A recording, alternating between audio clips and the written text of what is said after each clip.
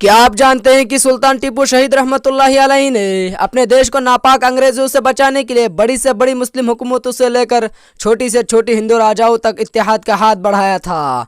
खिलाफत उस्मानिया तुर्की हुकूमत से लेकर रोम, ईरान, इराक, अफगानिस्तान जैसे बड़े बड़े हुकूमत सबको दावत इत्तेहाद दिया। अफगान मुजाहिदीन हिंदुस्तान के सरहद पर पहुंच ही गए थे कि ईरान के अफगानिस्तान पर अचानक हमला करने की वजह से उनको वापस जाना पड़ा।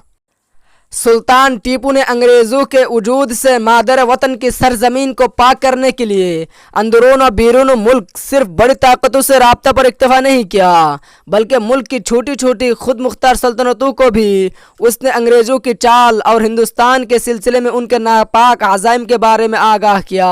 सुनांचे उसने कश्मीर, जोधपुर, जयपुर और नेपाल वगैरह के उन हिंदू राजाओं के पास भी अपने सफ़ीर दावत इत्तेहाद देकर रवाना किए, जिनके बज़ाहिर निज़ाम मराठा अफवाज के मुकाबला में कोई हैसियत नहीं थी, लेकिन उनको भी हकीर ना समझते हुए उसने मुल्क की आज़ादी के लिए हिंदुस्तान हिंदुस्तानियों के लिए का नारा बुलंद करते हुए अपने साथ उनको भी शामिल होने की दावत दी।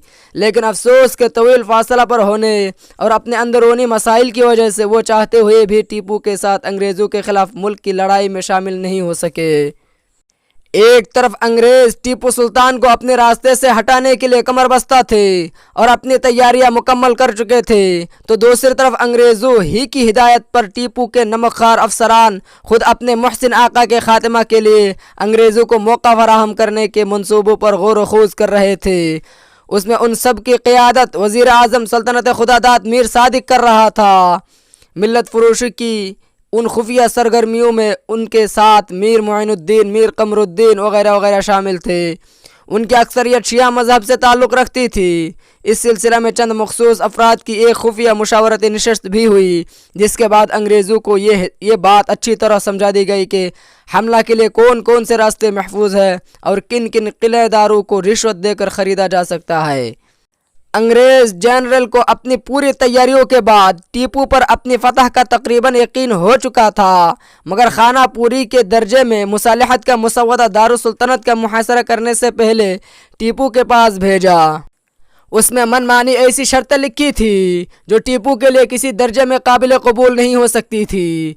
ऐसी गुलामी पर उसके नज़दीक मौत को तरजीह थी। सुनांचे उसने सुलह के पैगाम को फ़ौरन ठुकरा दिया। उसके नमक हराम और साजिशी उज़ारा ने भी, यानी मीर सादिक जैसे गद्दारों ने उसको सख्ती से मुस्तरद करने का ही मशवरा दिया, ताकि कहीं सुलह होकर उनका मंसूबा धर्रा का धर्रा ही ना रह जाए। बिलाखिर अंग्रेज़ों के साथ चौथी और आखिरी जंग का आगाज़ बाकायदा मार्च 1799 की इब्तिदा में ही हो गया। अगर एक इंसान होने के नाते आपको अगर हमारी वीडियो अच्छी लगी है तो इसे लाइक कीजिए, शेयर कीजिए, और अगर चैनल में नए हैं तो सब्सक्राइब का बटन ज़रूर दबाइए, और अगर फेसबुक पेज में है तो फॉलो का बटन ज़रूर दबाइए।